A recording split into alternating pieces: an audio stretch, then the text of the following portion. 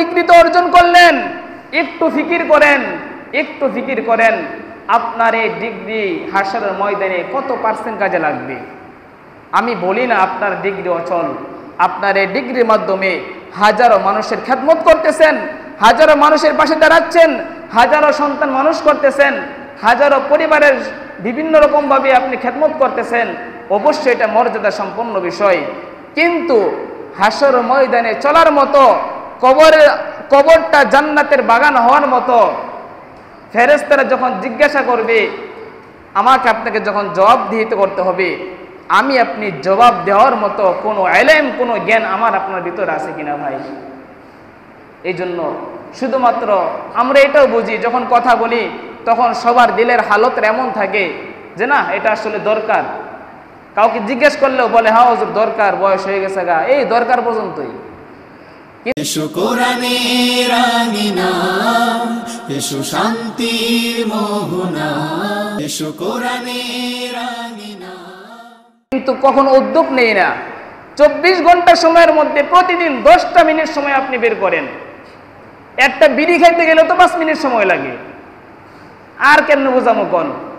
একটা বিড়ি খাইতে গেলে তো 2টা মিনিট সময় প্রয়োজন হয়, 2টা চা খাইতে গেলে তো 10 মিনিট সময় প্রয়োজন হয়।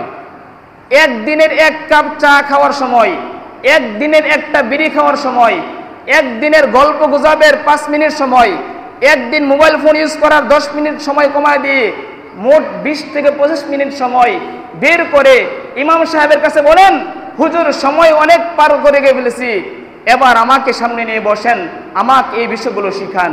আল্লাহর কসম, যে কোনো আলেমকে বলবেন, আলেমের দিল এত শান্ত হবে, আলেমের দিল এত শান্ত হবে, ওই আলেম নামাজের পরে মোনাজাতে আপনার কথা বলতে বাধ্য হবে। আমরা তো অনেক সময় আলেমদেরকে বন্ধু ভাবি না, আলেমদেরকে শত্রু মনে করি। একটু নজর করে দেখুন তো, আমার আপনার জন্য কয়জন ব্যক্তি শেষ রাতে তাহাজ্জুদ করে দোয়া করে? আপনার আপন ভাইয়ের দিকে তাকান, আপনি বিপদে পড়লে এমনও ভাই আছে, আপনি বিপদে পড়লে সে খুশি হয়ে যায়।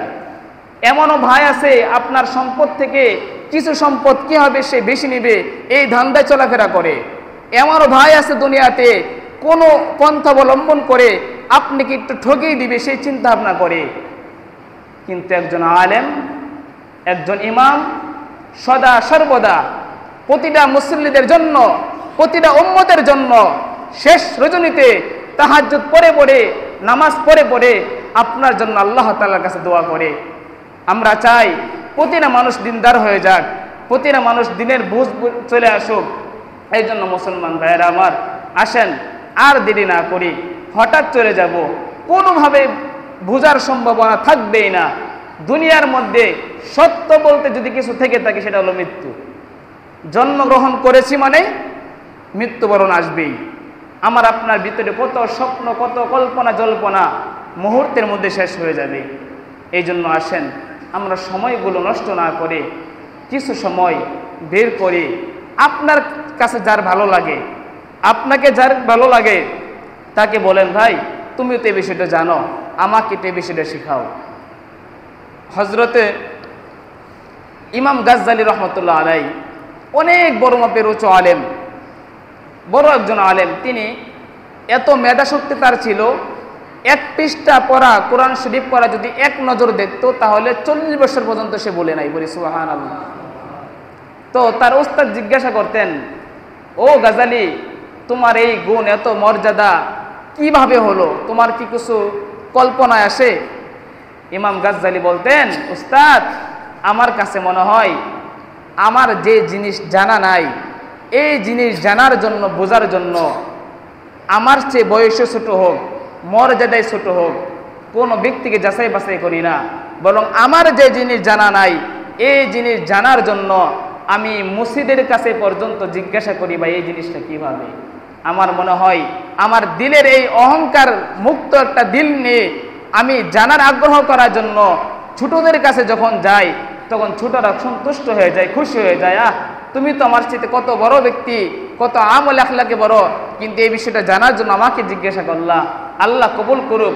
এমন এমন দোয়ারগুলোর ক্ষেত্রে আমার মনে হয় এই অভ্যাসটার কারণে আল্লাহ তাআলা আমার মর্যাদা এত বেশি বানায় দিয়েছেন, বলি সুবহানাল্লাহ। এই জন্য কোরআনের জ্ঞান অর্জন করতে যায় কখনো লাজুকতা করব না, কখনোই লাজুকতা করব না।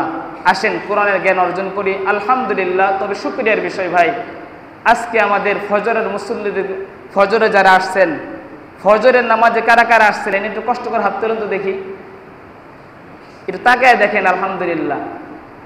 আরো অনেক ছিল হয়তো বা বিভিন্ন অন্যান্য মসজিদে নামাজ পড়তেছে, কাজকর্মে আছে। তো আলহামদুলিল্লাহ আজকে ফজরের মুসল্লি দেখে আমার দিল ভরে গেছে, বলি সুবহানাল্লাহ, দিল শান্ত হয়ে গেছে।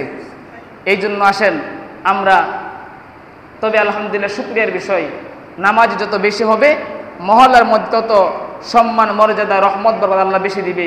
আল্লাহ পাক রব্বুল আলামিন আমাদের প্রত্যেককেই 5 ওয়াক্ত নামাজ, আজান, ইকামত, কোরআন তেলাওয়াত শুদ্ধতার সাথে, পরিপূর্ণতার সাথে একজন মুসলমান হিসেবে যতটুকু আলেম জানা প্রয়োজন এতটুকু আলেম শিক্ষা করার জন্য তৌফিক দান করুক। সকলে বলে আমিন। ওয়া আখিরি দাওয়ানা আনিল হামদুলিল্লাহি রাব্বিল আলামিন।